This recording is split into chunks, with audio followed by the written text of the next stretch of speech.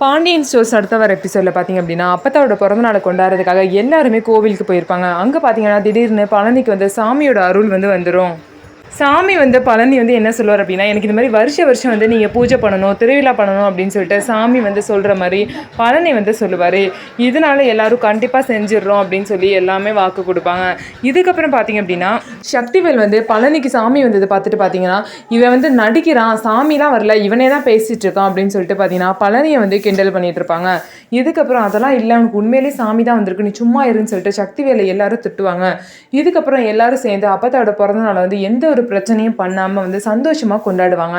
அவங்கவுங்க அன்னதானத்தை பார்த்திங்க அப்படின்னா சிறப்பாக செய்வாங்க. அப்போதான் ரொம்பவே சந்தோஷமாக இருப்பாங்க. எல்லாருக்கூடையும் பார்த்திங்க அப்படின்னா குரூப் ஃபோட்டோ எடுக்கணும்னு சொல்லிட்டு ஆசைப்படுவாங்க. இதனால் பாண்டியன் ஃபேமிலியும் சக்திவேல் ஃபேமிலி 2 பேர் ஃபேமிலியும் சேர்ந்து நின்று பார்த்திங்க அப்படின்னா அப்பத்தா கூட எந்த ஒரு பிரச்சனையும் பண்ணாமல் குரூப் ஃபோட்டோ எடுப்பாங்க. இதனால் அப்பத்தா பிறந்தநாள் பார்த்திங்க அப்படின்னா ரொம்பவே சந்தோஷமாக முடியும். ஸோ இதுக்கப்புறம் என்ன நடக்க போகுது, 2 ஃபேமிலியும் கூடிய சீக்கிரம் சேருவாங்களா இல்லையா அப்படின்னு சொல்லிட்டு வெயிட் பண்ணி பார்க்கலாம். நம்ம வீடியோ உங்களுக்கு பிடிச்சிருந்தா நம்ம வீடியோவை லைக் பண்ணிக்கோங்க. மறக்காமல் நம்மளோட சேனலை சப்ஸ்கிரைப் பண்ணிவிட்டு பாருங்கள்.